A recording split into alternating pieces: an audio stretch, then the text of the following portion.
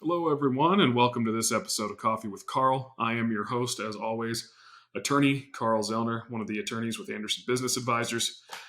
So, number one is coffee check for everybody. Hopefully, if you're sitting here with me this morning, you're enjoying a cup of coffee with me.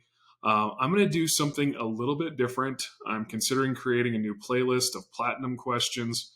So, I'm going to read them. I'll strip out any relevant personal information. And then answer the question in sort of a more free-flowing format.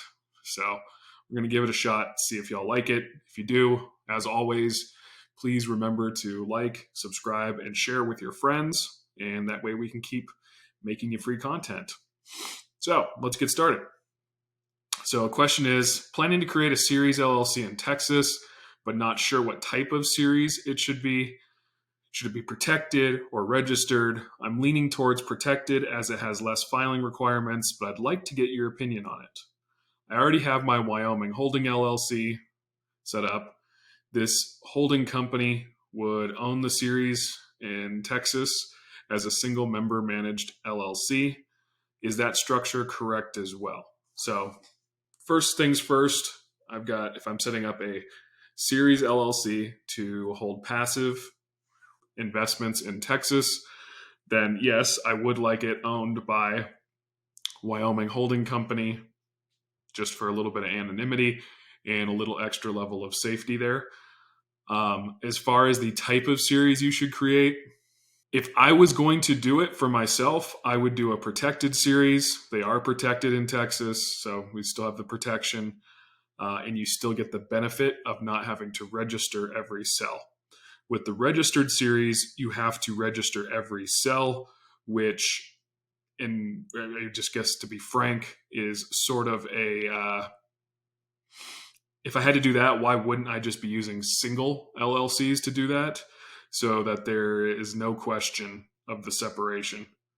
So I would say if you're going to use a series, I would go the protected route because there's still some benefit there.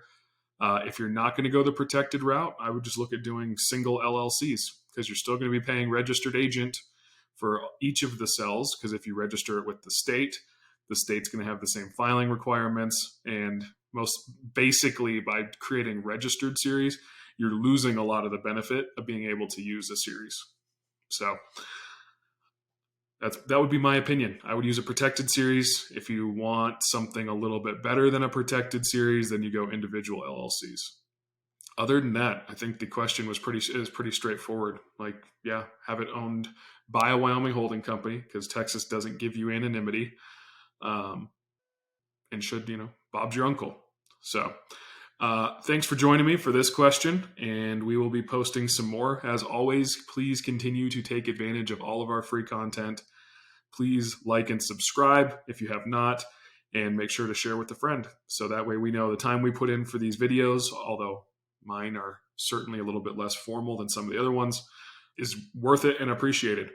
So thanks again. And like I said, make sure you're taking advantage of all of the free content that shows up on the Anderson Advisors YouTube channels. So until next time, thanks for joining me, and we will catch you on the next Coffee with Carl.